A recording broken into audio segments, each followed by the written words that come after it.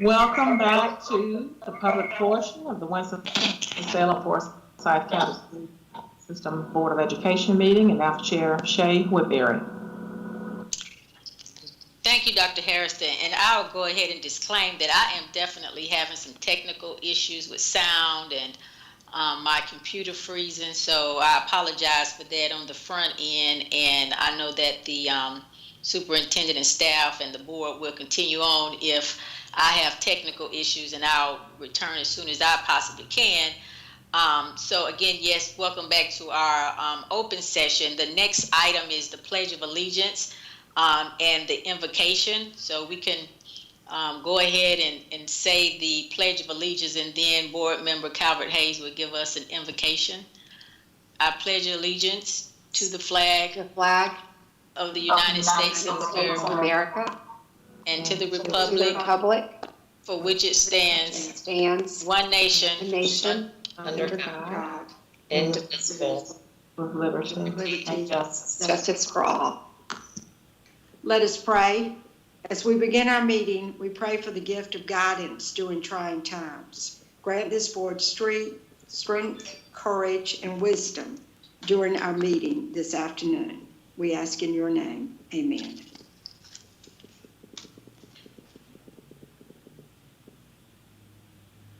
I need a motion to amend the agenda because we need to remove action item J. Apparently, we have already approved that contract at a earlier meeting, and essentially approved before. Motion, Kaplan. Second, Crowley, to remove item J from the action part of the agenda. If there are no further questions or discussion, Dr. Harrison, can you take the roll? Yes, ma'am. Chair Woodbury, Yes. Lyda Calvert Hayes, Yes. Andrea Bramer, Yes. Barbara Burr, Yes. Leah Crowley, Yes. Dana Jones, Yes. Deanna Kaplan, Yes. Elizabeth Montsinger, Yes. and Marilyn Parker. Motion passes. Thank you. Thank you, Dr. Harrison. The next agenda item is public comments on the agenda items.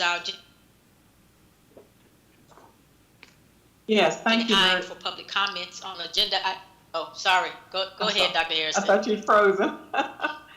I'm probably freezing on and off. I was just trying to remind the public that these are comments only for agenda items and 3-minute time for the comments, to direct your comments, to the chair, knowing that we cannot discuss any personnel or student personal matters, and as usual, think to be kind and considerate in your comments. So Dr. Harrison, if you will go ahead and manage the public comments piece. Thank you. Yes, ma'am.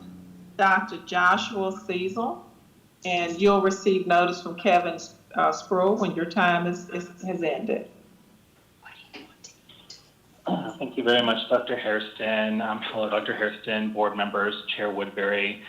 My name is Joshua Cecil, and I am speaking with regards to your vote today on renewing the SRO contract. Really, I was just curious about the roles that the SROs are going to be accomplishing while we are still in Plan C. Particularly, it seems like they're going to be located at various bus Wi-Fi sites, school lunch pickup in areas around the district. And I have to admit that I don't fully understand why we would need SROs, especially when most schools are, when most students are going to be working from home. So I would appreciate if there could be some discussion about why that's the case. And I think especially I'm concerned that we're spending so much money on SRO contracts when we still have a bunch of students who are still in need of technology. And so I think that if at all possible, I'm hoping that there's ways that we can get that need met for students who aren't able to log in or aren't able to access online services. And I guess for me, I don't fully understand why we need to why we need to be paying for SROs for the first quarter. So any discussion of that and clarification would be much appreciated. And I don't need any more time. Thank you. Thank you. Our next speaker is Mr. Eric Weiss. Hello, my name is Eric Weiss, and I am a local citizen and candidate for Forsyth County Board of Commissioners in District B. And I want to say that the Winston-Salem Forsyth County Schools should end the SRO contract permanently and redirect that $1.8 million towards counselors and nurses in all schools. It has been shown in many studies, and I'm happy to email you with some of these studies, that school resource officers contribute mostly to arrests of students. Infractions that would previously be served by detention or otherwise see students sent to jail. I, as a candidate and hopefully future person on the Board of Commissioners, believe that we should defund the police as a move towards abolishing the police and have better systems. I honestly do believe that reducing the funding for and redirecting, quite frankly, what I would much like to do is redirect funding from the sheriff's office to the school system, because the best way to reduce crime is to reduce poverty. The right way to reduce poverty is through education. I yield my time.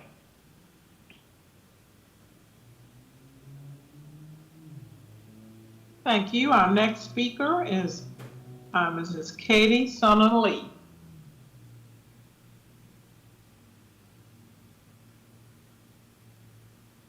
Good evening, board members and Dr. Harrison. I'm speaking tonight about the SRO contracts on the agenda. As you stated over and over recently, the district desperately needs money to fund services for students during COVID-19.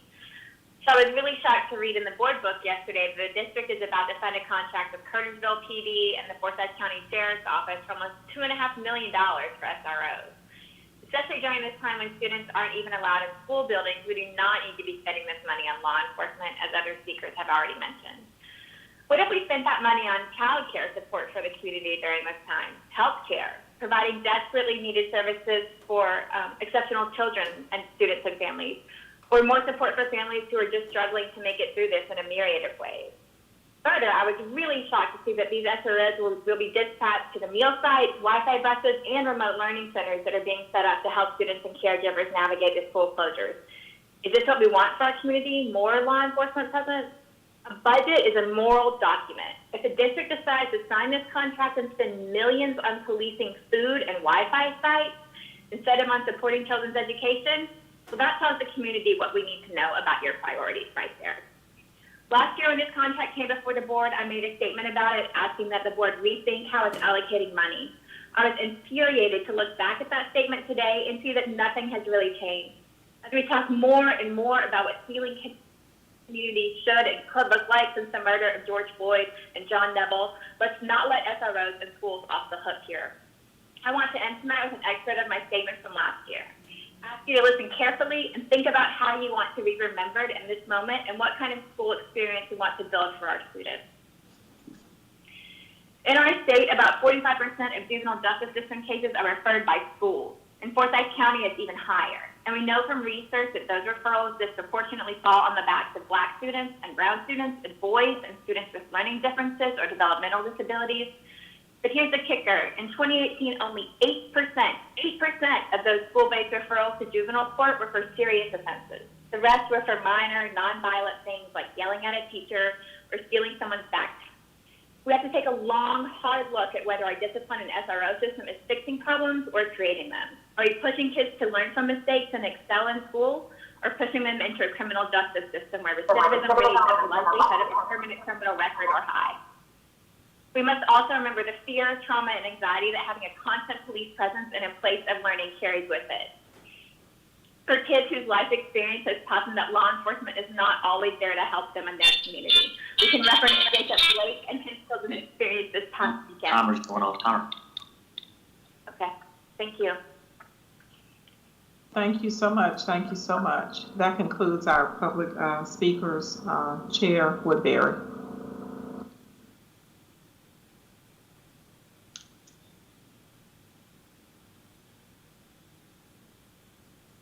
I'm okay. So my mute button was actually frozen. So thank you for your patience.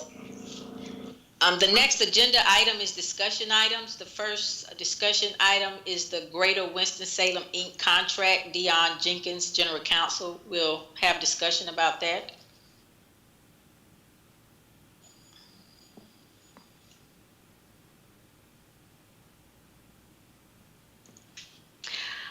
Good evening, board members. I am attempting to share the document on my screen here, so if you can bear with me for just 1 second.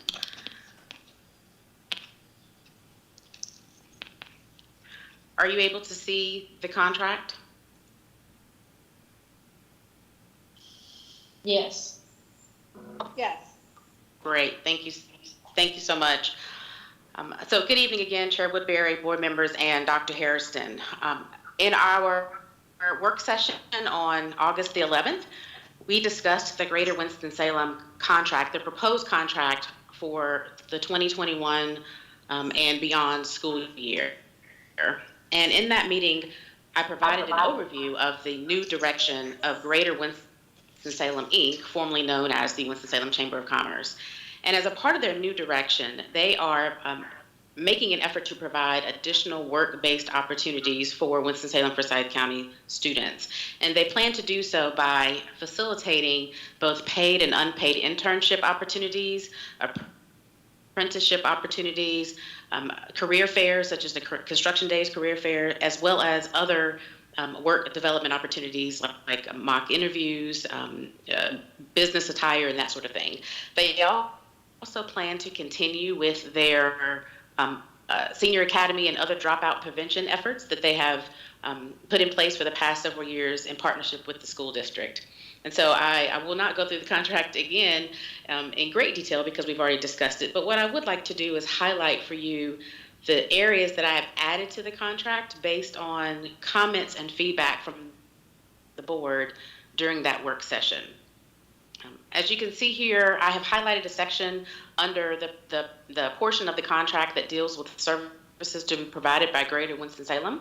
And this is in response to questions and concerns about how they will modify their programs while the district is in Plan C and engaged in remote learning. And so I've included some language there that says that for a period of time, whatever period of time in which the district is closed for in-person learning, or we're engaging in remote learning for students, that they will modify and adjust their programming accordingly so that they can provide as many of their activities through some virtual platform.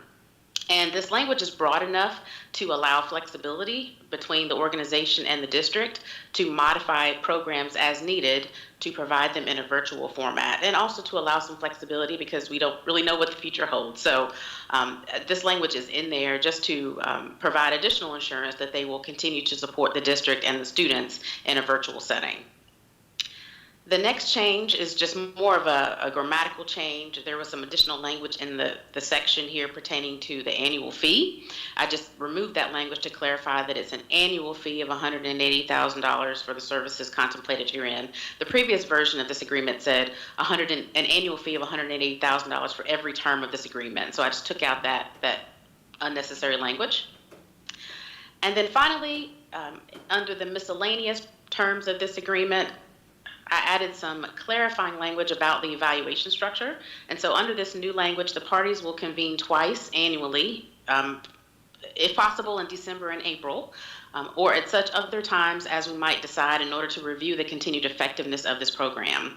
An annual evaluation of this partnership will be conducted prior to May 1st. And the May 1st date is the date by which we would have to give notice of our intent not to renew for a subsequent term. And so that's why that date is included in there.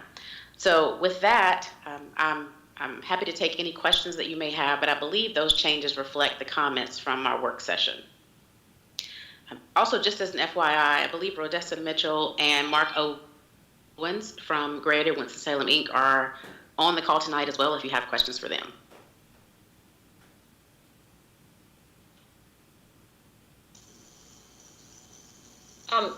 Ms. Jenkins, this is Board Member Crowley. I do have one question, and that's just, do we have any data on what our students currently are doing after graduation or when they finish with our school system? And I know the goal is to, make sure kids are enrolling in college or getting employed or enlisting, in the military, and just wondering if we have good data where we'd be able to make a comparison to see how this program does.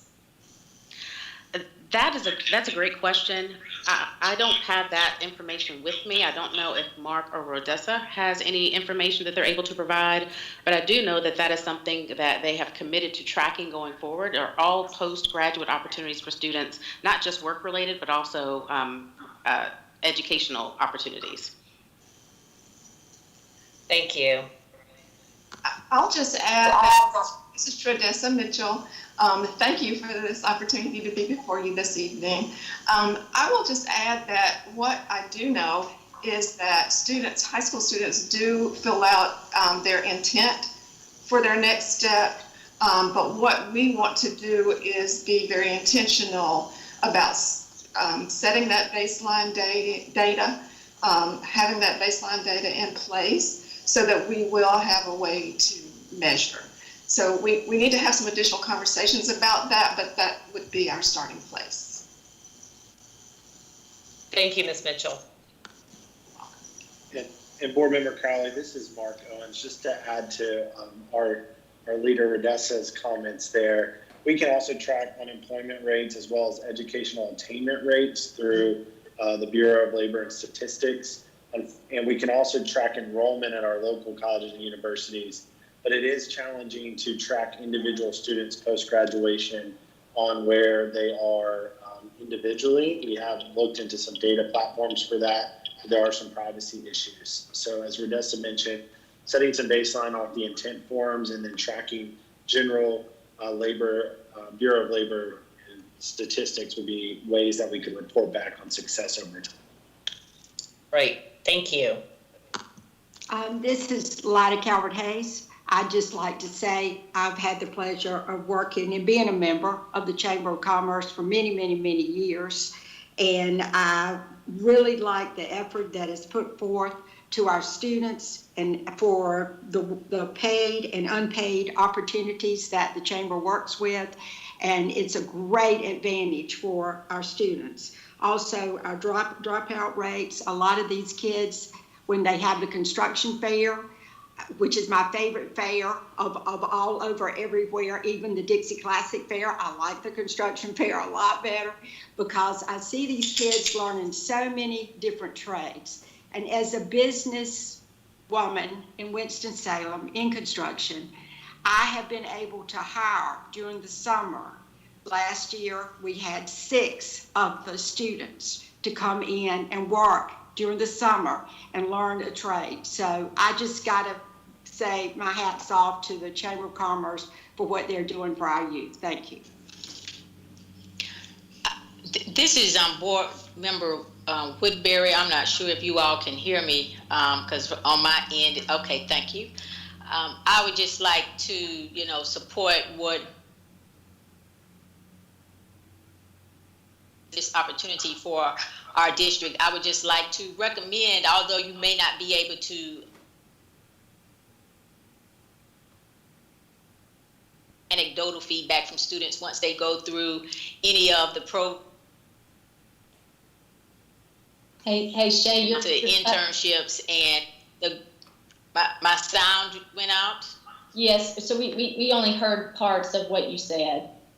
Okay, well, never mind. Thank you. I'm sorry. Maybe send it to somebody else, and maybe send it to Dion. Maybe she can share it, read it. I also just wanted to add that we do have some folks in our student services department who tracks. They have clearinghouse data for students that tracks college enrollment. So we could provide that information or add it to the information that's gathered by the chamber going forward as well.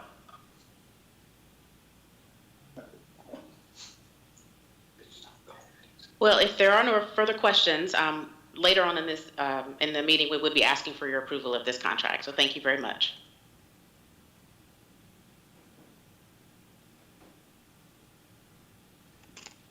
Thank you, Dion. The next discussion item is policy 5131, student behavior. I think Dion and Jenkins is going to discuss that item with us as well.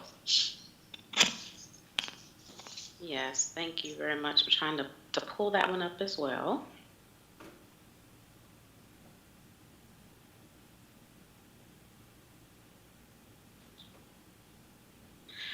I seem to be having some difficulty pulling up the policy, but I will just note it is a part of the materials that are attached to the agenda. If you're able to pull it up, we did talk about this at our last work session as well during the policy committee, and essentially the change that's being recommended to policy 5131 is a change with regard to face coverings and a notation clarifying that students are required to wear face coverings pursuant to North Carolina Department of Health and Human Services Strong Schools Toolkit, as well as Executive Order 147 that addresses face coverings being mandatory.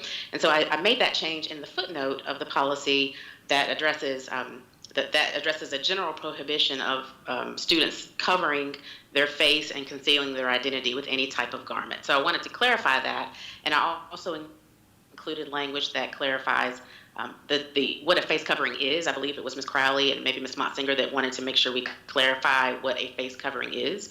And so the notation notes that a face covering covers only the nose and the mouth and is defined within the toolkit as well as the executive order. So I believe with that additional clarification, it would address some of the concerns that Ms. Crowley raised at the last board meeting about other types of garments being passed off as being a face covering. We also made a similar change to our employee dress code, which is an administrative regulation and doesn't require board approval, but we did brief it at the last policy committee meeting. And again, it's to bring our dress code in line with the requirements of the toolkit as well as executive orders regarding face coverings. And so employees are required to wear those as well.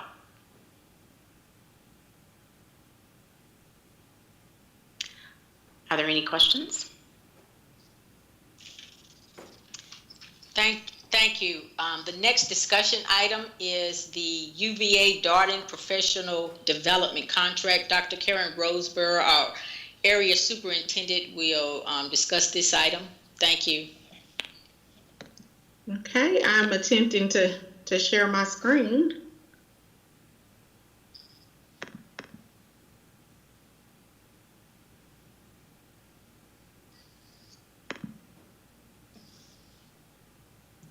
Okay, are you able to see my screen?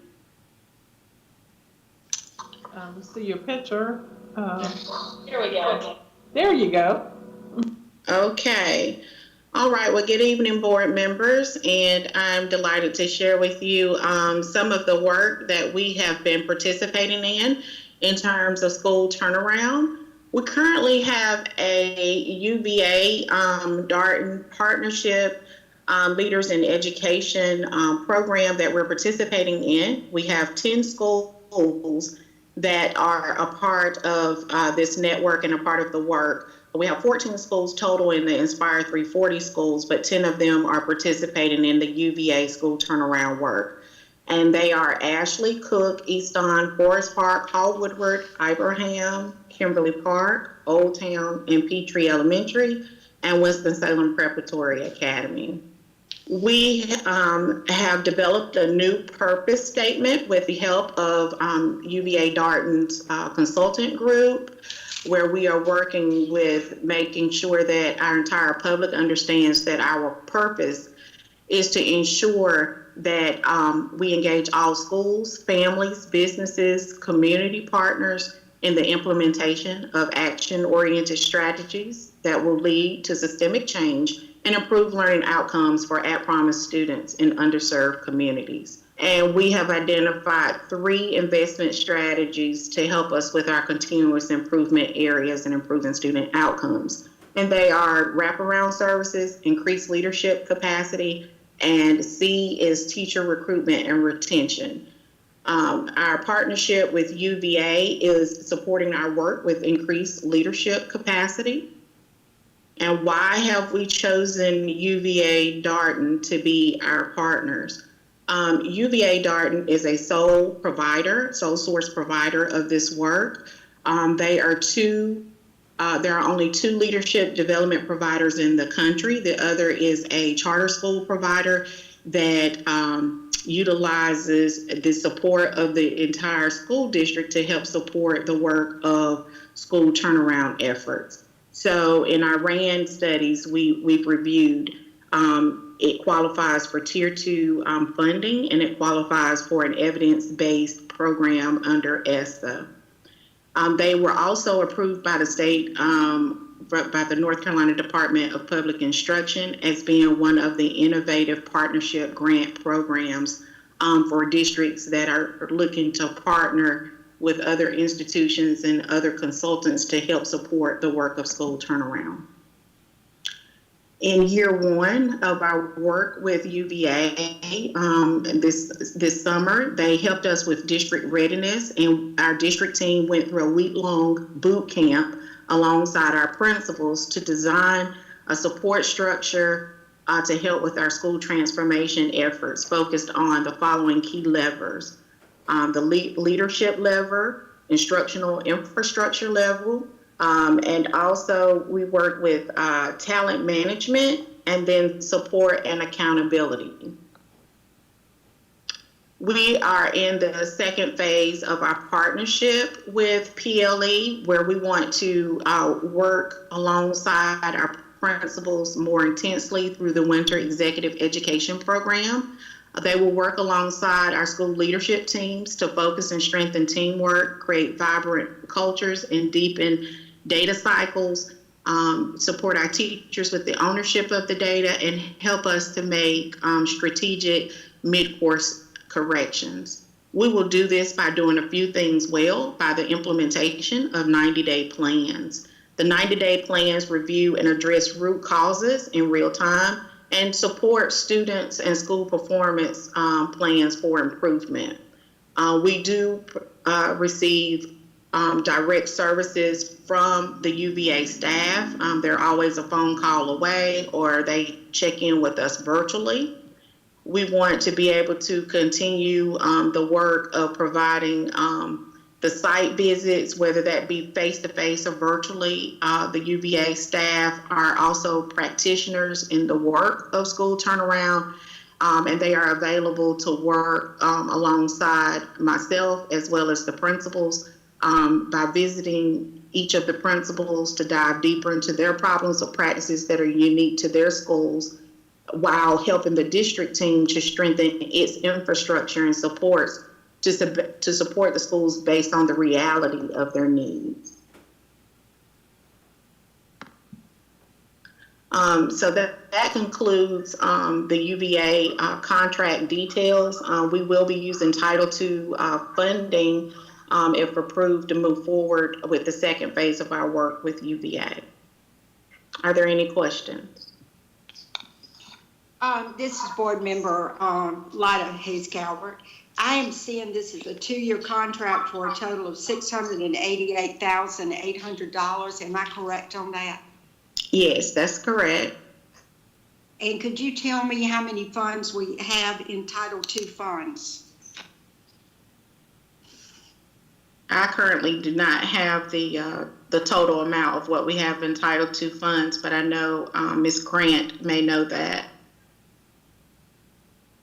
Okay, I'm just wondering at this large amount, I guess I'm wondering also while we're going out of state, is there anybody in our state that does anything like this, or anything at a lesser amount? The $688,800, and I really don't know what all that is going to entail, but it seems like an extremely large amount to me. I would like a little more information on this. What they do, we can send you the information, and I know we have 2 other board members with the questions, but basically what they do, they've committed to, oh goodness, probably 2 weeks at this point, training the school leadership and principals on how to use data. They do dig deep in having principals develop 90-day plans to monitor instruction and monitor improvement. And the University of Virginia, there's a Curry School of Education and a Darden School of Business, and they actually partner and use a business model to help schools improve around the nation. They actually are a national organization, and it's one of the models that actually the Department of Instruction for North Carolina has approved. There are 2 or 3 models that they have approved, and this would be one of the models that they have approved for turnaround schools. It is, if I remember correctly, we have about $2 million in Title II money, and what we looked at was reducing a lot of instructional coaches, sending those to the schools and using more money to build capacity. So we've already started the work, and this will continue the work and dig deeper. So we can send you a packet from the University of Virginia. It's a really credible opportunity. In my past experience, we had a state agency similar to this, but this is one that they have vetted and has been approved. So I know we had a question from Ms. Jones. Yes, Dr. Harrison. I was just I was curious as to with this large amount coming out, so roughly 300 and some thousand a year. What? And I think you kind of answered that. What are we taking? What are we not paying for out of Title II to replace these dollars? Coaches. And so are we eliminating the coaches, or are they being paid differently? Some of them are being paid differently. We did eliminate some and created advanced teacher roles so that they're back in the schools. But also we had a lot of carryover because we just didn't spend the money. We had a significant amount of carryover because the money wasn't spent. And so what we tried to do this year, excuse me? Do we know how much in our, because I think, can you remind me what we typically can spend Title II dollars on? I know there's some restrictions there. And then do you have an estimate about what we usually have on a given year in Title II? So the Title II money can be spent on professional development and developing teachers, developing administrators. But for the most part, it's a professional development grant is what Title II covers. So you can't use it for a lot of other things. The reason you can pay for coaches is because they're building capacity of teachers. But we found that we had a significant number of coaches, and this model aims to build the capacity of the leadership team and principals and teachers to do their own data, write their own school improvement plans, and monitor every 90 days. I just have one other thing. So I'm assuming that all of our schools, our 80 plus schools, receive some form of support from Title II. They do. And but these particular 10 schools are receiving just a little bit more concentrated amount with this work with UVA. Right. This is a framework for school improvement and turnaround. Yes. And in fact, the University of Virginia's program, I don't know if she referenced it. I am paying attention, Karen. It is called the Turnaround. It's one of the only one of the few programs that are nationally known for turnaround work. It is a center for turnaround improvement areas. Yes. And they're a sole source provider. That they're one of the only 2 programs that requires that the district participates as part of the school turnaround effort in providing the infrastructure that will yield positive student outcomes for students. If you go on their website, they have multiple articles about their measure of impact across the country. And in our particular cohort, we're in a cohort with Los Angeles Unified School District, Charleston, South Carolina, and I believe there is one more that is out on the West Coast that are with us.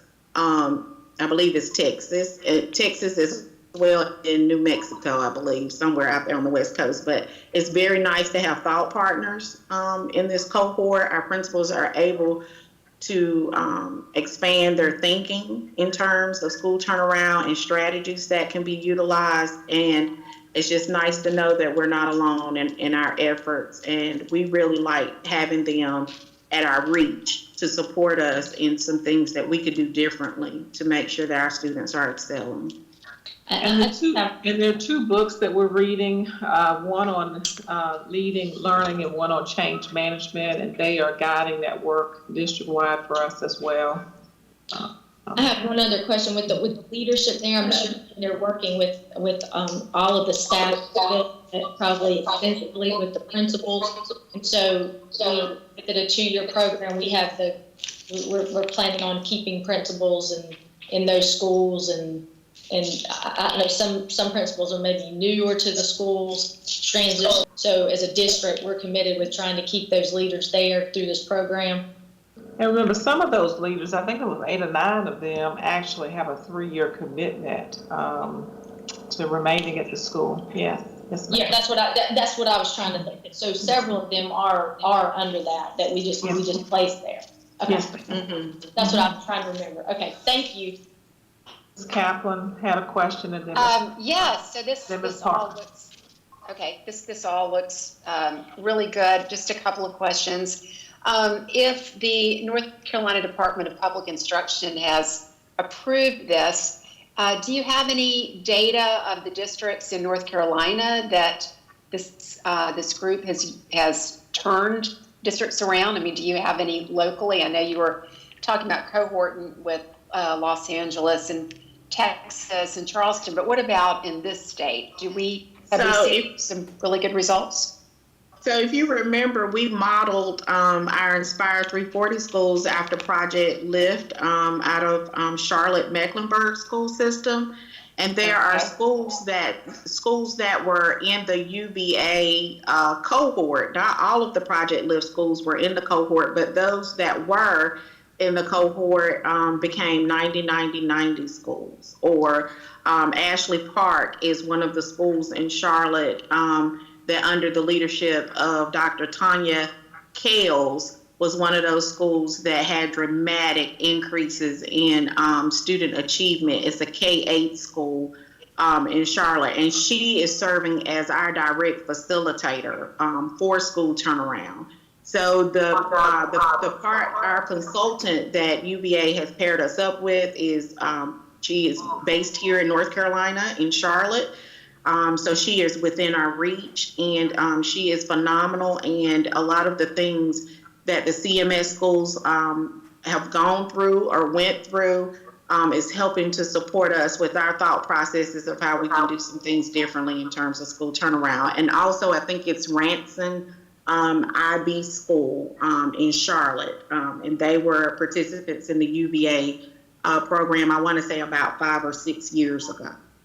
And before we go to Ms. Parker, Ms. Kaplan, can I interject? We have actually $3.5 million in Title II, and we had 1.5 carryover, which meant that we did not spend the 1.5 last year. So the 1.5 is going to cover this, partially cover this, and then the other is being paid, you were using for coaches and for additional professional development. So I just wanted to clarify those numbers. I'm sorry, Karen. Oh, that's okay. Okay, thank you.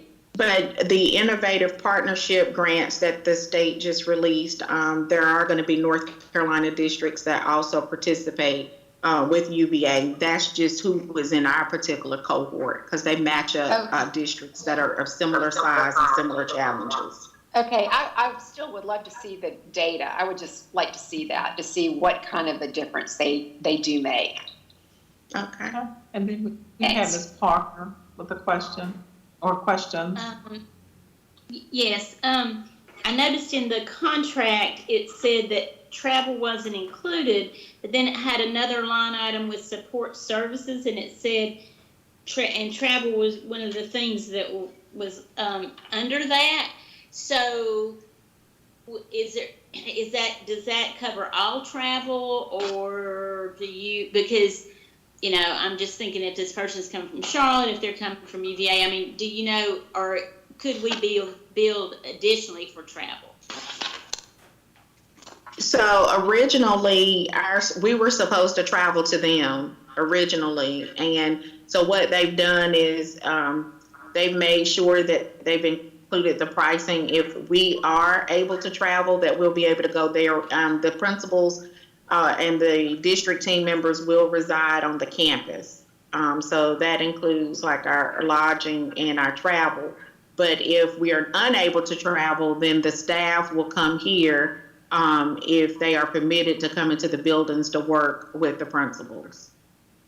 Okay, and they have also discounted our pricing as well because they've provided us with several virtual services. Right. So that support services would include either one of those, and that we shouldn't expect any additional fees for travel for if it's encompassed in that support services. Mm-hmm. Yes. So no additional. Okay. All right.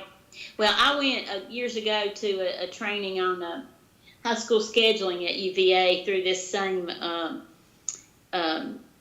school, and it was the best training that I've ever been to. So what I went to years ago for them was very beneficial. So if they're still as good as they used to be, they're a quality group.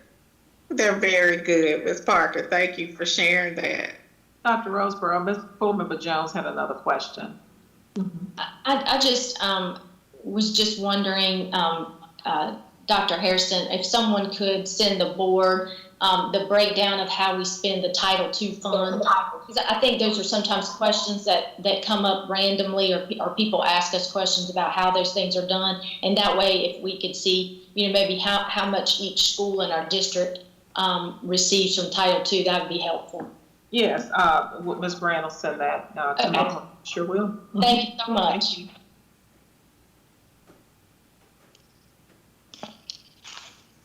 you. If there are no more further questions or discussion for Dr. Roseborough, we can go to the next discussion item, which is the security contracts for the 2020-2021 school year by Mr. Jonathan Wilson, our Director of Security. I think Deputy Superintendent McManus is going to present this one, Chair Woodbury. Yes. I am here, and I know Sam's going to pull up the PowerPoint. Thank you, Sam.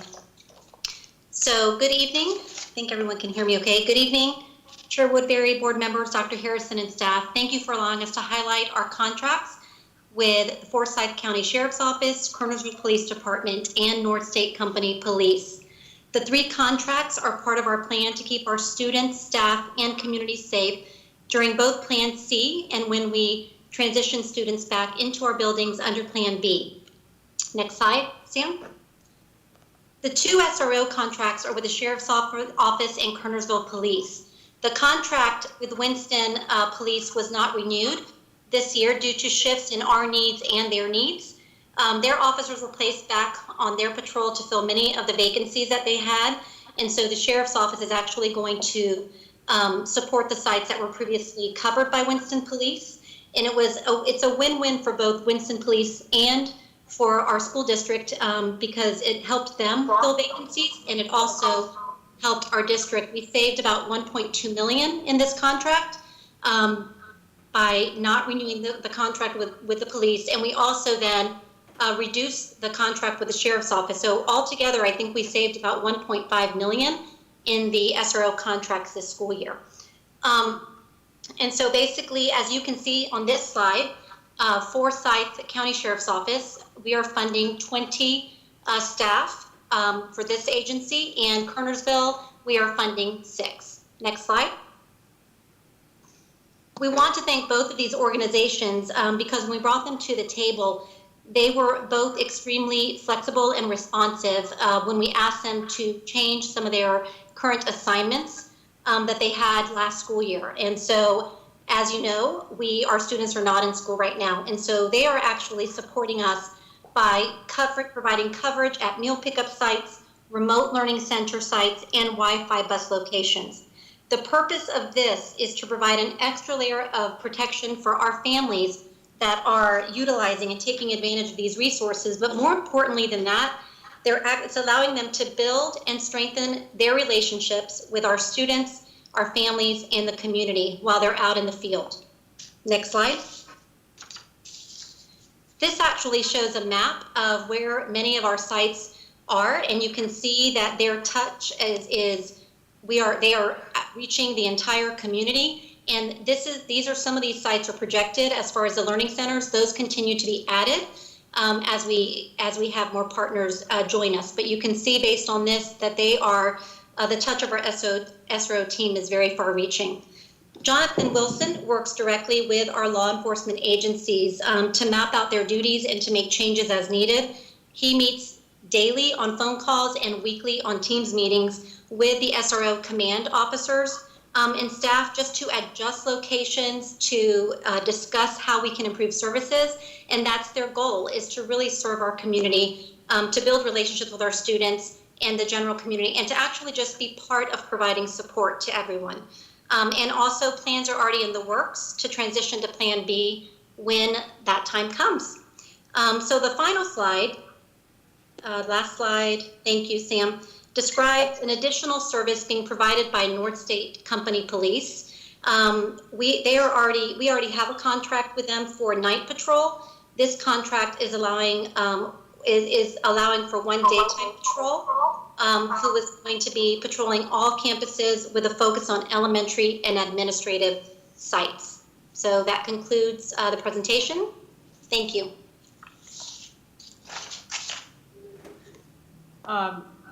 Deputy Superintendent McManus, Deanna Kaplan has a question. Ms. McManus. Yes, I like the idea of building the relationships in the community. Will they also be stopping by at the other schools, because there will be some staff in those schools to just kind of monitor the safety of the schools while we are in the remote learning? Yes, because they're not stationed at one site, this is giving them the flexibility to be monitoring schools and those centers. So they're definitely on the move. And so Jonathan has heard that is part of the plan, and we'll make sure that it is outlined in detail. Great, thank you. Thank you. And Ms. Motzinger has a question, Mrs. McManus. My question is, I know we had a conversation about a year ago about expanding the SRO program so that we had more SROs in schools rather than one per high school. And my concern is the actual language of our contracts, which are much more about policing people in our buildings than about providing safety and security, which really is the job of the sheriff's department and the city police. So I'm hearing a little role movement. And I certainly am not opposed to the idea of people building relationships, but it concerns me that we expanded a program that when we didn't necessarily need to. And I would like us to be revisiting that. And whether tonight's the night to do that or another time is the time to do that, I really don't want to be growing police presence in our schools, policing our students, because the school to prison pipeline is littered with good intentions, but it also is a real thing. So that's my concern. And then, of course, the mission creep of providing safety, which is theoretically the job of the sheriff's department for all of our sites and all of our schools and all of our, so I'm concerned about that. So, Ms. Motzinger, I want to say that Chief Summers, Sheriff Kimbrough, and Chief Thompson were incredibly flexible with us, trying to we reduced services significantly. Chief Thompson especially was incredibly gracious to pull her officers back out of the program to reduce the presence in these times, and knowing that we needed some flexibility throughout the year. So first, I want to say that they were just so gracious to work with us and just not pull everybody out and just have a lot of fanfare behind it. But I think what I hear you asking is once we get through this process to sit down with our Sheriff Kimbrough and Chief Summers, really at this time would be the two service providers, and try to reconstitute the way we look at servicing our folks. And we do commit to doing that. We know Ms. Harris is working on our restorative practices model along with Florida Street Thompson, and they are working on that code of conduct and getting committees together so we can certainly fold this in. And I think when people are part of the process, they understand better what we're trying to do. And I think we have enough time this year. It's not just thrown out there in a short period of time. So we commit to doing that throughout the year, ma'am. Okay, that's just so important that we make that commitment to really rethinking and reimagining what we can do together. Because yes, the restorative practices changes the whole conversation in a really important way. And I personally, I support our chief of police. I think she's done an incredible job. I think our sheriff is doing a really good job in a very difficult time. But I want us to make sure that we're thinking about SROs in our building in a way that really supports the education of our children. Yes, ma'am. Thank you. We have Lyda Calvert-Hayes with a question. Yes. Or comment. First of all, I want to thank our police and sheriff for their services. Second, I wanted to know, is there an increase from last year? And if so, what is that increase that we are spending this year? It is not an increase. It's a $1.5 million reduction. Right. Thank you so much. Chair Woodbury had a question.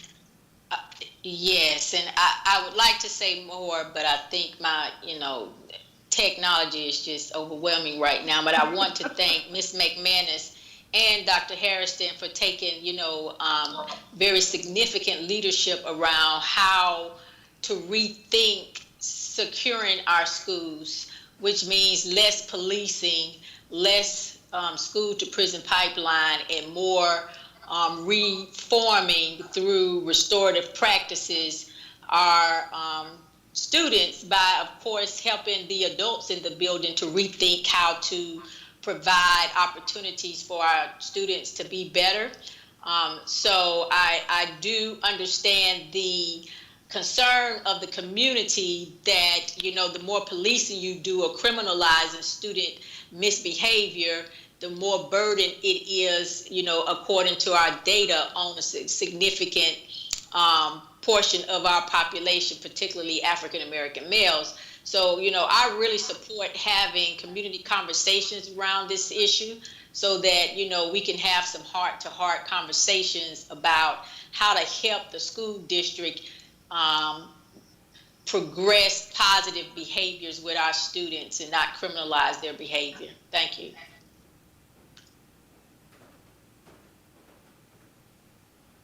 I think Ms. Jones, Board Member Jones, has a comment or a question. Ms. McManus, were you finished with your presentation? I think Board Member Jones wanted to chime in.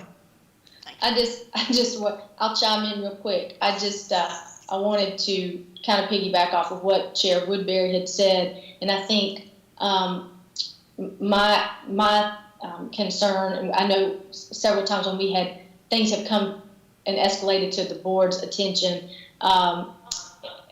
in certain circumstances, that maybe the SRO in the school was not being used in the proper way.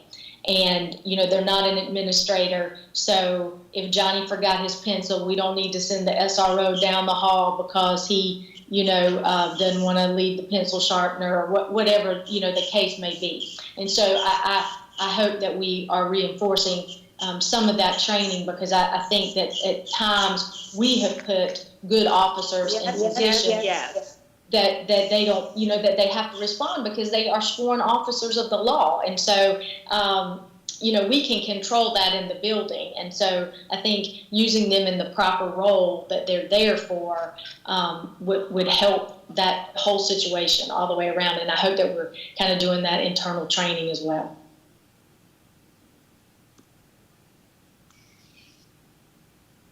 If there are no more questions or discussion for Ms. McManus, then we will. Academic officer. Good evening, board members and our community. We are sharing a contract for Curriculum Associates, iReady, which is a reading assessment tool for our elementary students. Previously, last year, we used iStation as a state-sponsored reading assessment.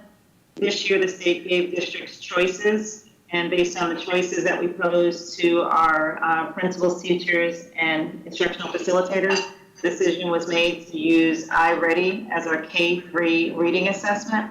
And so this is the contract for that assessment, $362,040. This is funded by the state. And so the state asked each district to make their selection, and the state is paying the cost of this purchase. Are there any questions?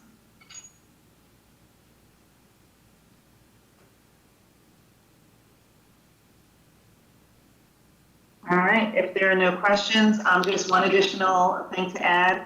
Because we already have a contract with Curriculum Associates for our 3-8 math and our 4-8 reading, adding this K-3 contract is going to change our service agreement, and we will now be able to have site licenses for our elementary instead of individual licenses for students.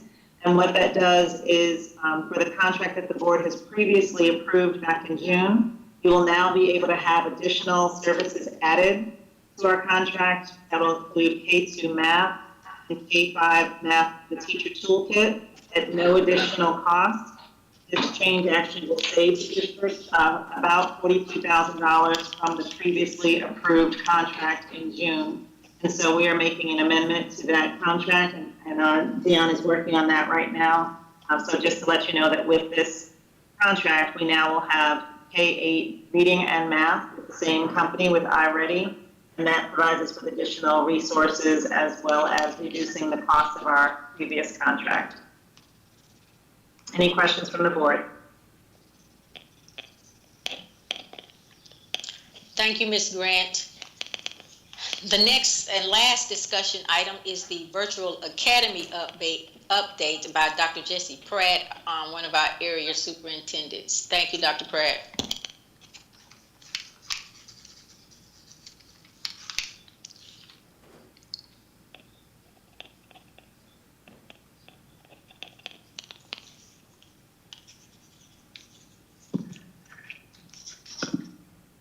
Good evening, Chair Woodbury, Dr. Harrison, and school board members. We'd like to provide you an update on the Virtual Academy this evening. As of August 21st, we had 3,057 students that was enrolled in the Virtual Academy. The Virtual Academy is in its first 7 days. We've had some great days with students and teachers being engaged in the learning process in the Virtual Academy. We are still in the process of working and establishing relationship with our new community in the Virtual Academy, and we will continue to work on that as the school year goes along. And these are our K-8 numbers, is that correct? Yes, these are K-8. K-8. Yes, okay. ma'am. And I simply wanted to share with the Board of Education and our general public that average daily membership is basically our count for the district. And we are in really great shape. We really are in great shape. We're only a few students down, a few meaning about 1,500 students. And our CARES teams have been out knocking on doors, getting students re-engaged, and we're very excited about that process. We had a meeting to go over the numbers there. So a lot of our students are re-engaging. But the average daily membership for the virtual academy is tied to the school. When we first began the virtual academy concept, it began because we knew we had parents who, regardless of whether we were in plan B or A, they wanted to remain virtually. Now, to have a school up and operating within a 2-month period is it's almost unheard of. So I want to thank Dr. Pratt, Dr. Scales, and her staff and the support team at the district, because we still have ways to go, but it is just remarkable at what they've been able to do for these 3,000 students, K-8, but the high school students are assigned to their high school. So ADM aligned with the school simply means that if a student is in the Clemens enrollment pattern, whether it be by choice or by residence or attendance zone, they remain as a part of that school's count.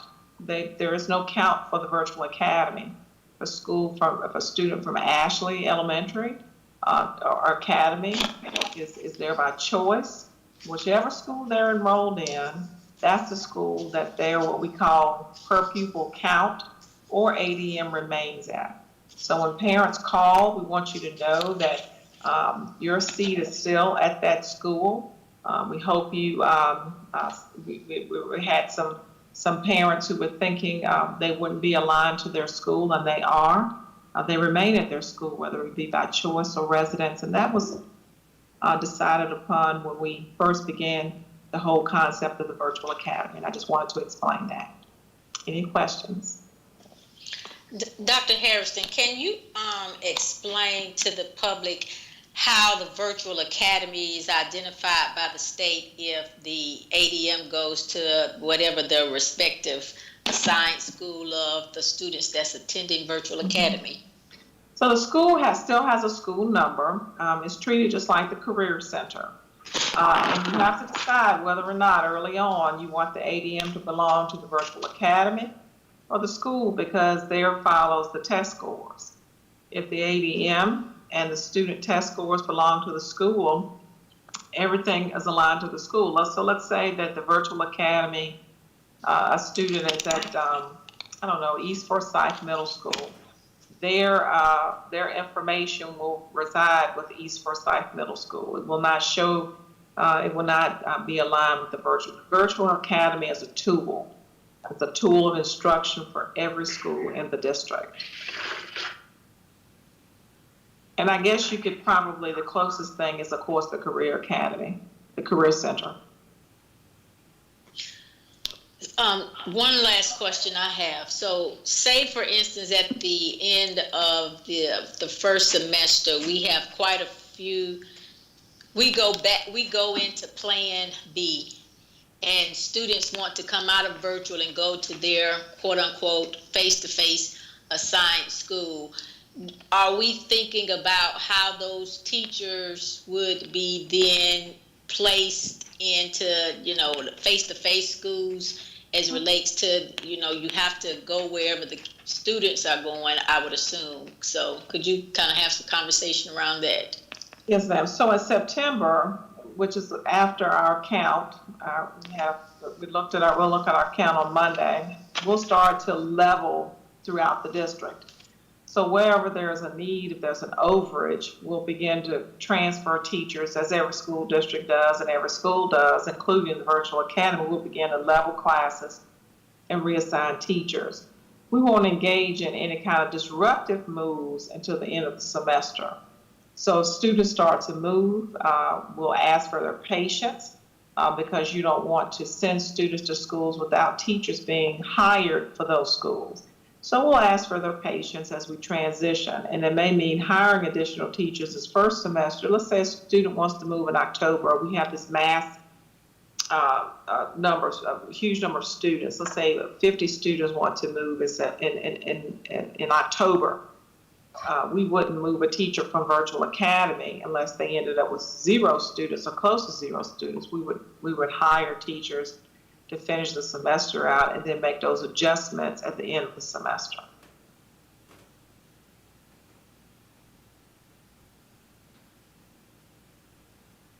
Okay. Thank you all so much.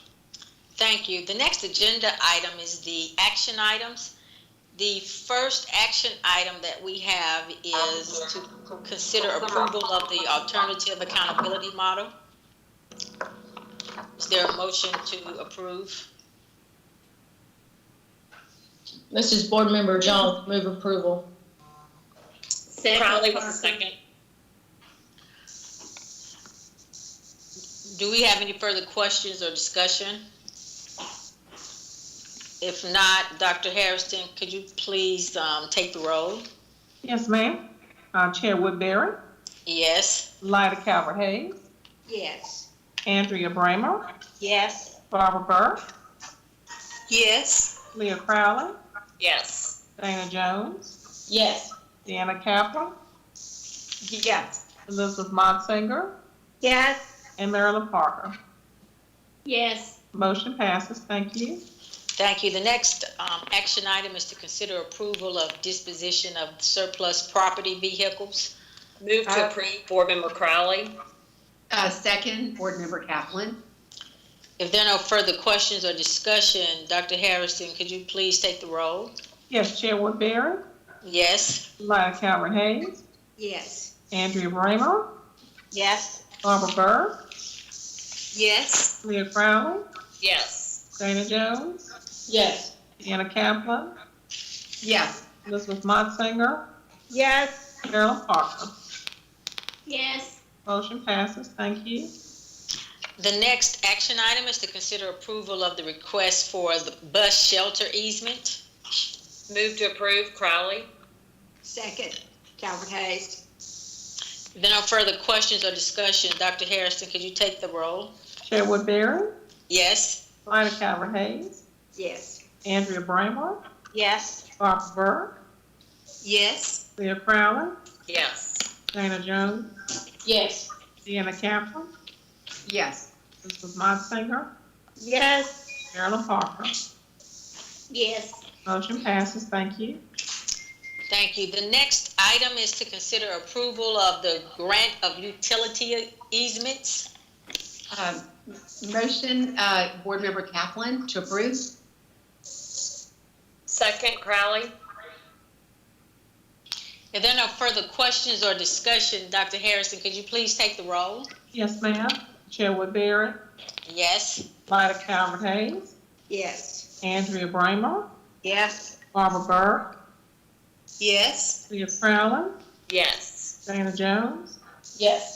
Deanna Kaplan, Yes. Elizabeth Monsinger, Yes. Marilyn Parker. Yes. Motion passes. Thank you.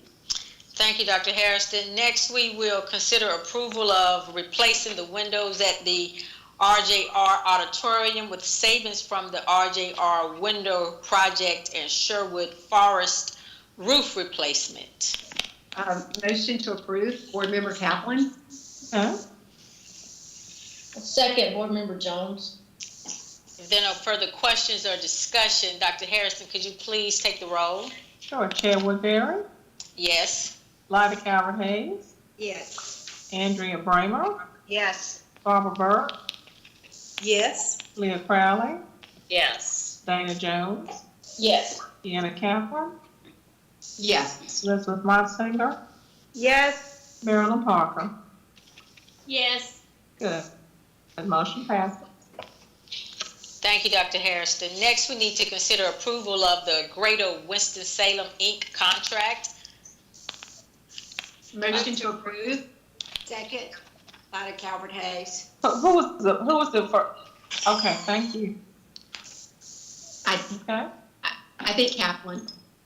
Kaplan, okay. Do we have any further questions or discussion?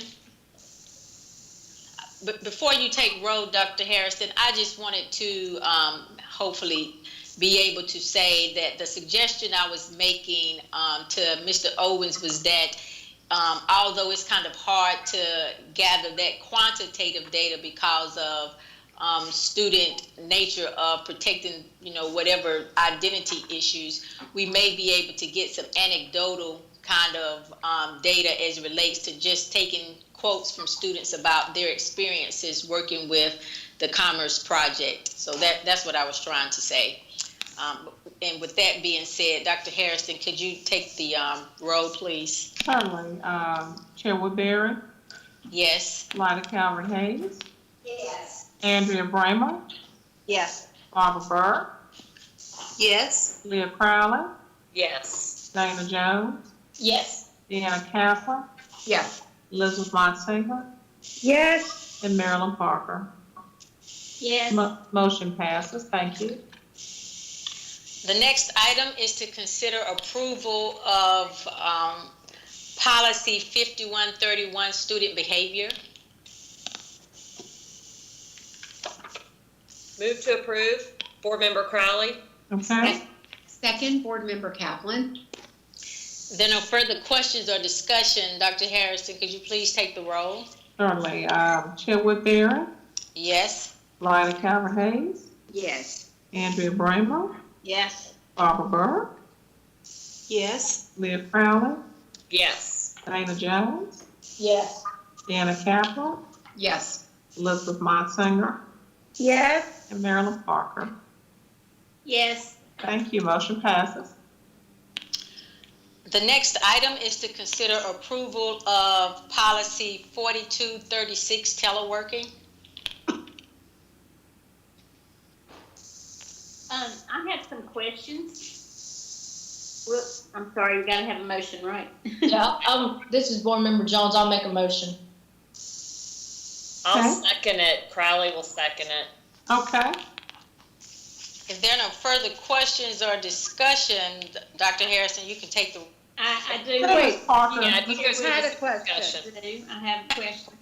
Okay, for Parker, yes. Sorry, I just had some questions about the monitoring now that we're a couple of weeks into this with teachers in the building or being remotely.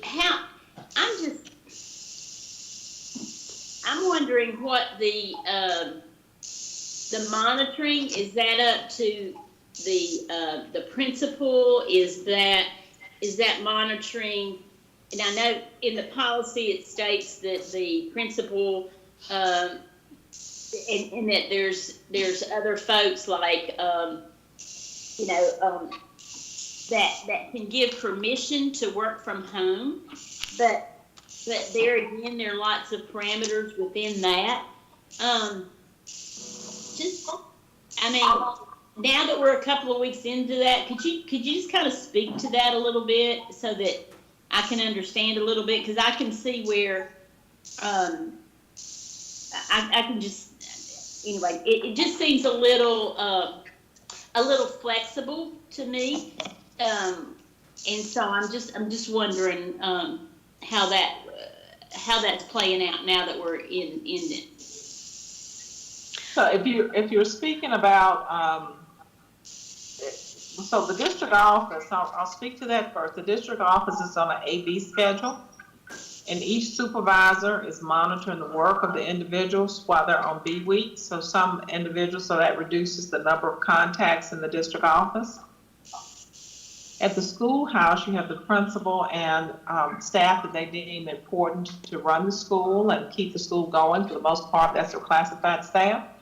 And I will say the teachers, as I visit, you have some teachers in school and some are not. And I'll ask Nicolette Grant if she's still on to talk about how her office is monitoring, and then ask one of the area superintendents to chime in. So we'll start with Ms. Grant to let you know what they're doing, and then ask one of the area, Tricia McManus, Deputy Superintendent, maybe you can identify or you can speak to it, but I know that I would like them to speak to it as well. So instructional services, we have some staff that are on the A week, B week, and some that are teleworking. They're engaging in coaching with teachers. They're joining virtual PLTs. They're doing virtual observations. Some of our staff is going into schools and visiting to see our teachers doing phenomenal jobs in the classrooms, navigating technology. We're continuing to offer online PLT support and creating curriculum resources. So our team is continuing the work with our varied schedule. And Mrs. McManus, would you like to speak or someone else? You actually have a schedule, I believe. Sure, yes, we do. Our area superintendents have been out in schools for the last 2 weeks, both before remote instruction started during the preparation week, and then last week during the first week. They're still visiting schools today and classrooms. They're going into classrooms where teachers are teaching. Obviously, everyone is following all of the safety protocols that when they enter. And sorry, there was a lot of noise just now behind me. I hope you couldn't hear all of that. But they're ensuring that all the safety protocols are being followed, which they have been. And I would say, and it varies depending on school, how many staff are back in the building. But they are, as we've observed teachers teaching, some are, they're being very effective being able to utilize their classroom spaces, and those that are home are being effective in that way. So let me call on somebody specific. Let's see, Rusty, did you want to, Mr. Hall, did you want to comment on some of the site visits that you've had and what you've been seeing? Sure. This is Rusty. Thanks for letting me speak. We have a variety of methods going on out in our buildings. Our principals are being very intentional about that. One school in particular has a QR code that teachers scan either from home or in the building to kind of highlight where they are and what they're doing. As I visited just today, as I visited schools, principals were in Teams or Zoom meetings with their teachers and their kids, monitoring the work. And then I know we've also, next week when we meet in joint principals meetings, our instructional service department is going to roll out a classroom walkthrough tool that our principals can use and give feedback to staff members and teachers as they're working. So in my area, we've been successful in managing having staff on campus and at home working. And I think Ms. Crowley had a question as well. Excuse me, Dr. Harrison. I'm sorry. Can I add just a follow up to that? So if, let's say for instance, a TA, let's say maybe that a TA is needed more to be in the building to assist the teacher rather than working at home. Is that, and they're really, there's maybe, who is to make that judgment call that that they're really needed there, and that any reasoning that they have for teleworking at home, or that they're really needed in the building rather than being at home? To me, that's kind of a fine line, and that's just an example. But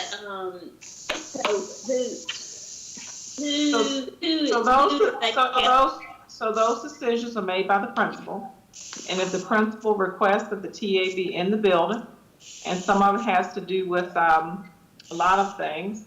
But if the principal, for example, when I visited one of the elementary schools, the TA is assigned to 2 different teachers, and so she was in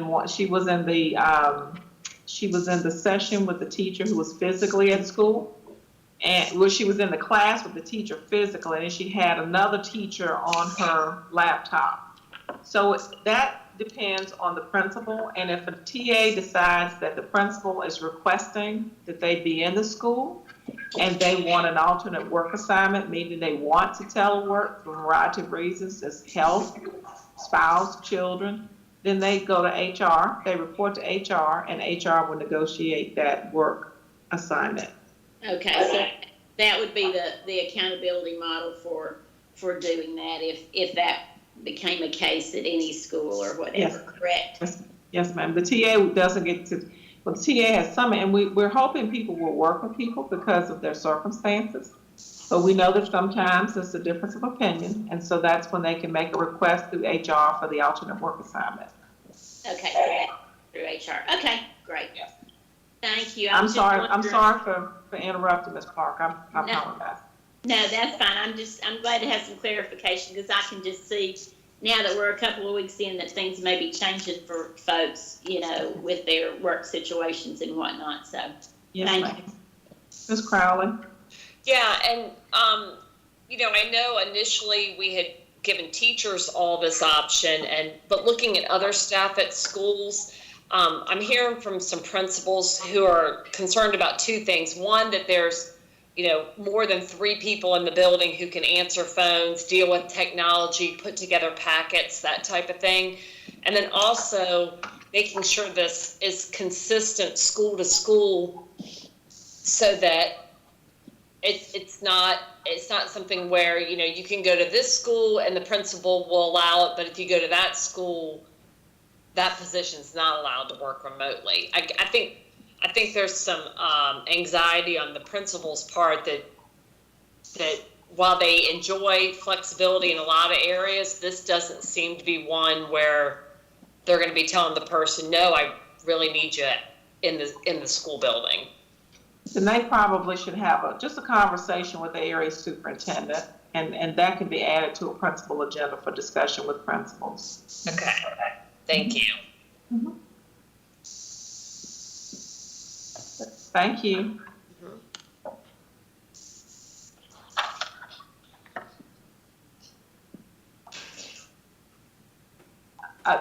I think you're muted, Chair Woodbury.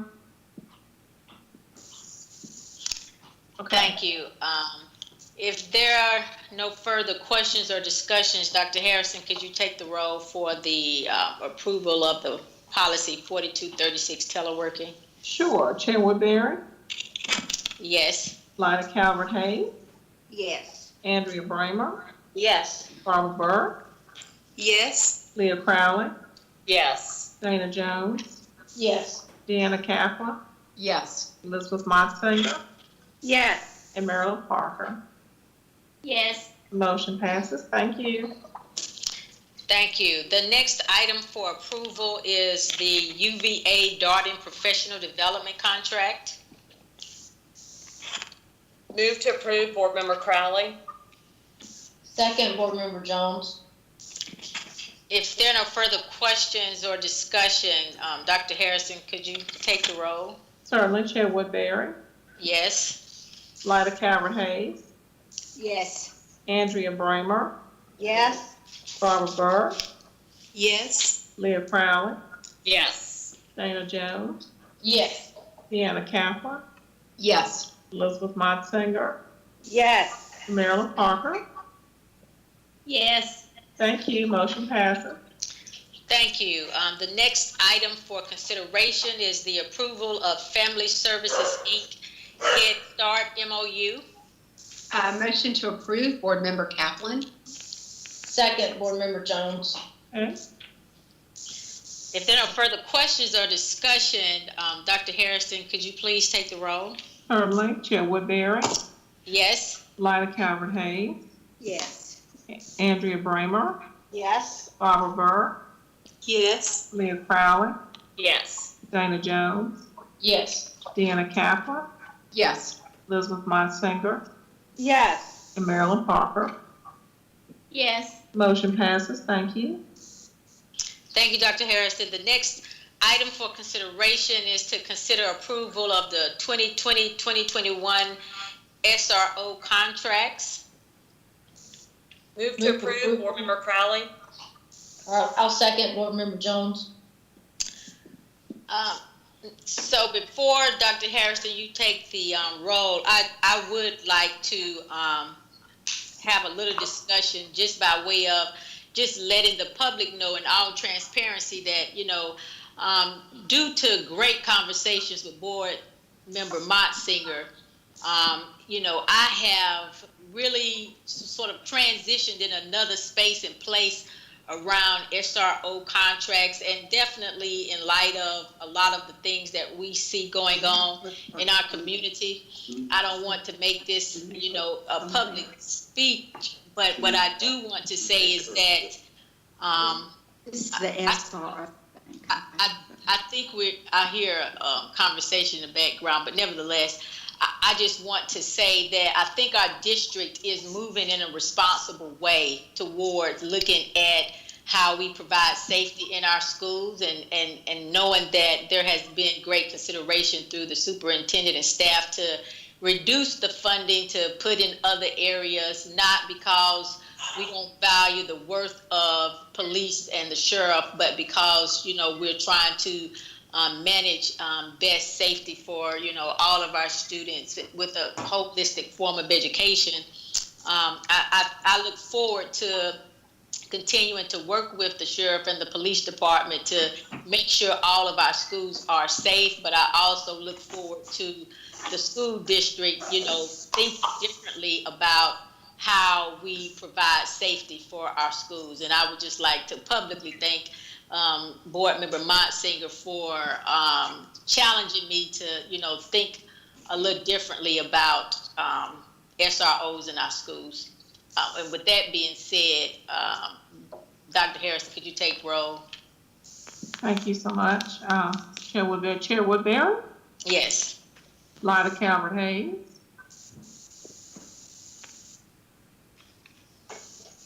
Andrea Bramer? Yes. I'm sorry, yes. Okay. All right. Barbara Burke? Yes. Leah Crowley? Yes. Dana Jones? Yes. Deanna Kaplan? Yes. Elizabeth Montsinger? Yes. Marilyn Parker? Yes. Motion passes. Thank you. Thank you. The next item is to consider approval of the North State Security Contract.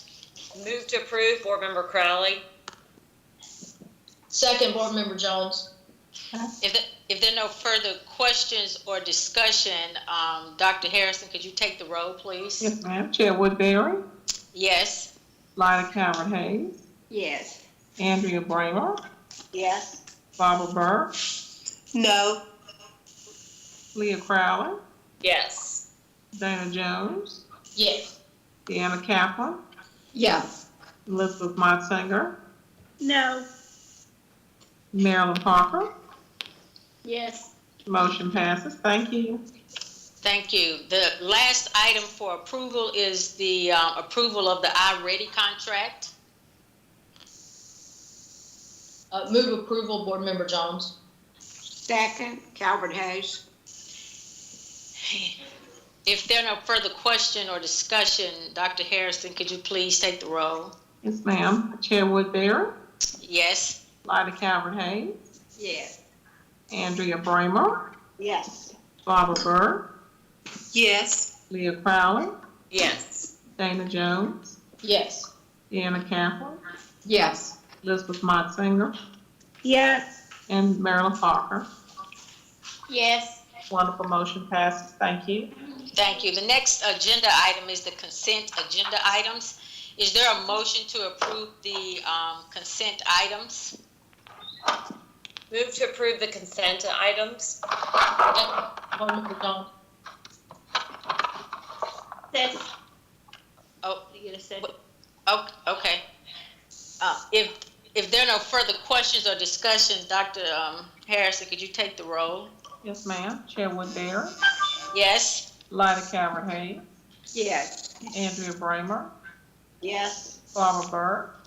Yes. Leah Crowley? Yes. Dana Jones? Yes. Deanna Kaplan? Yes. Elizabeth Montsinger? Yes. And Marilyn Parker? Yes. Thank you. Motion passed.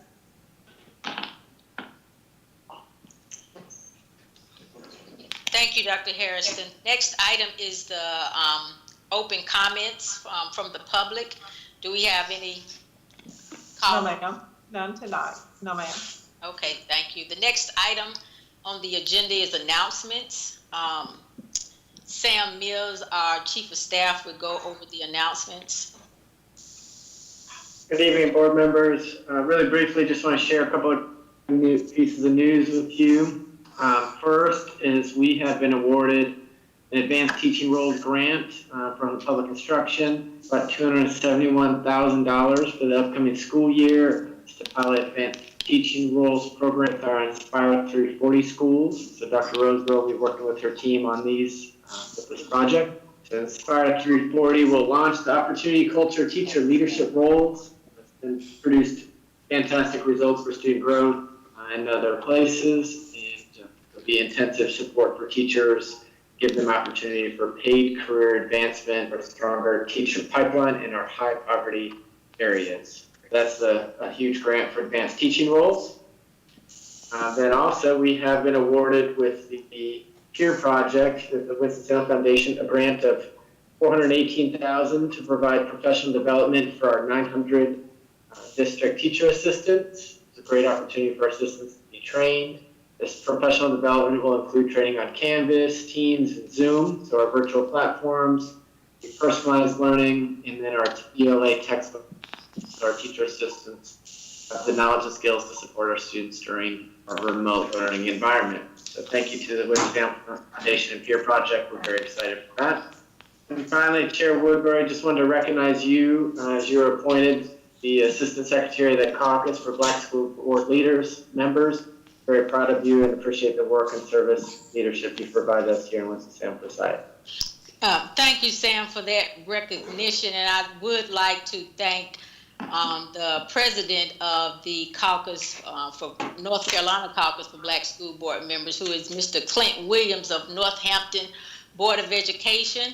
I would also ask that all of the board members of Winston-Salem Forsyth County Board of Education join the North Carolina Caucus of Black School Board Members. It is a very inclusive group that advocates definitely for Black students in North Carolina, but it is a group that advocates for all students in North Carolina. And we would love to have every member on our board to, participate and maybe make history around a whole board joining the North Carolina caucus. And we also get strong professional development through the caucus. And I would just like to lastly just say that on October the 1st, the caucus will have its virtual fall retreat from 2 to 4 p.m. and all of you are welcome to attend that, and I will get information out to the board regarding the virtual retreat of the Caucus for Black School Board Members. So I think that Board Member Kaplan, just out of some disconnection and miscommunication with myself, she wanted to have, she had a question for the superintendent, and I was just remiss in not recognizing her, and I apologize for that. So before I adjourn the meeting, Board Member Kaplan, did you have a question? Oh, yes, thank you so much. I just wanted to talk about the budget a little bit, and that we are in a period of major change with our budget. And in the spring of 2020, when we had to shut down our schools in March, I just want to kind of talk about where we are financially, what did we save, what were the extra expenditures, and moving forward, how we can learn from that as we move to our budget currently. And if you divide the budget up in quarters, you can kind of see where, if you're looking at a total amount, about 150 million would be in the first 9 weeks. Just kind of where we are right now. I'm just a little bit in the dark about, we're adding positions, and we have a lot of COVID money. A lot of things have changed. We've shut down schools. Where are we right now with our budget? So thank you for that question. So back in June, CFO Andrea Gillis brought to you all a continuation budget proposal, which you approved. And of course, we adjusted, we will reduce the local budget through the county commission was reduced. So we went back and made those reductions in our budget to reflect the reduction from our district, our local request. The state budget has not been approved, and we are hoping that in September that we will come back with some sort of budget from the state. And so without a budget from the state, we have a continuation budget, which you all did approve in June. And what Andrea Gillis agreed to do was to load, I think it's 75% of the budget into the coffer. All positions that we bring forward are budgeted, and continuation budget means that we spend no more money than we did last year.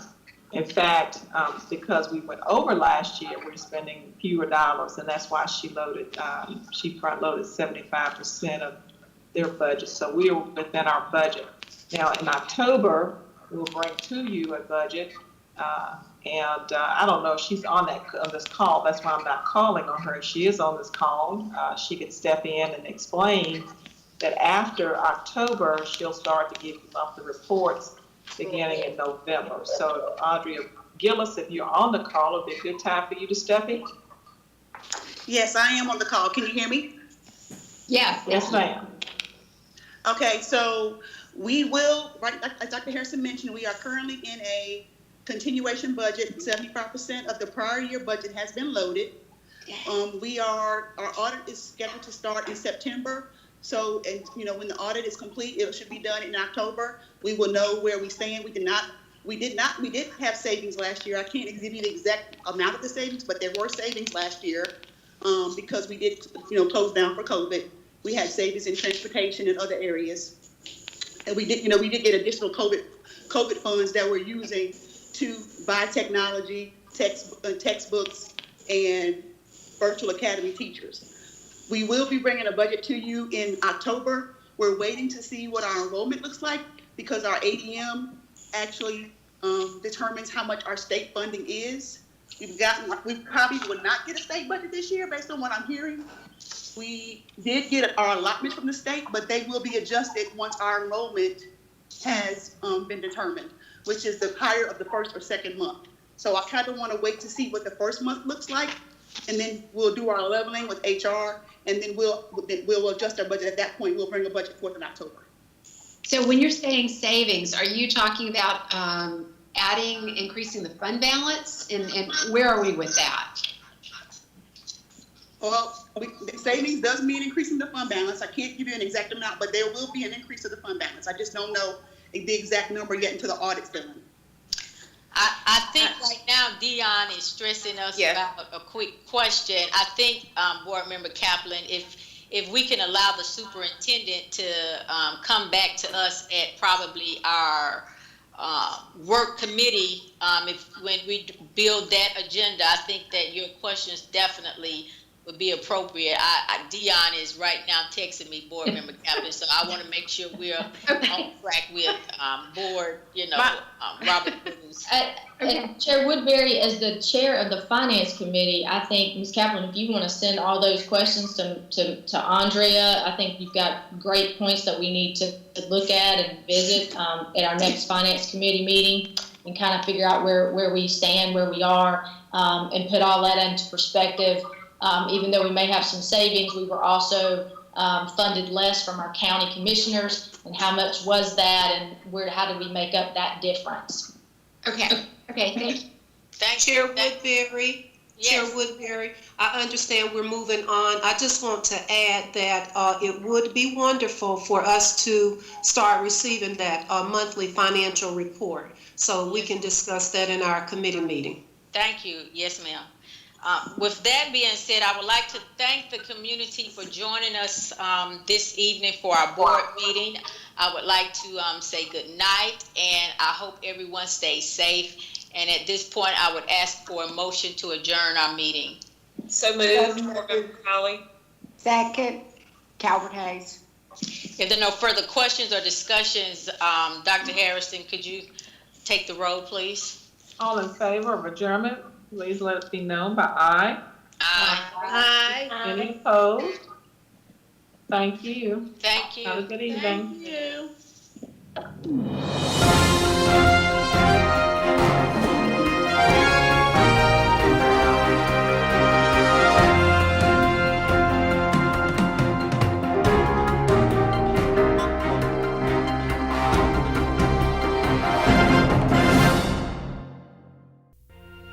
Thank you for joining us on your school channel, Cable 2.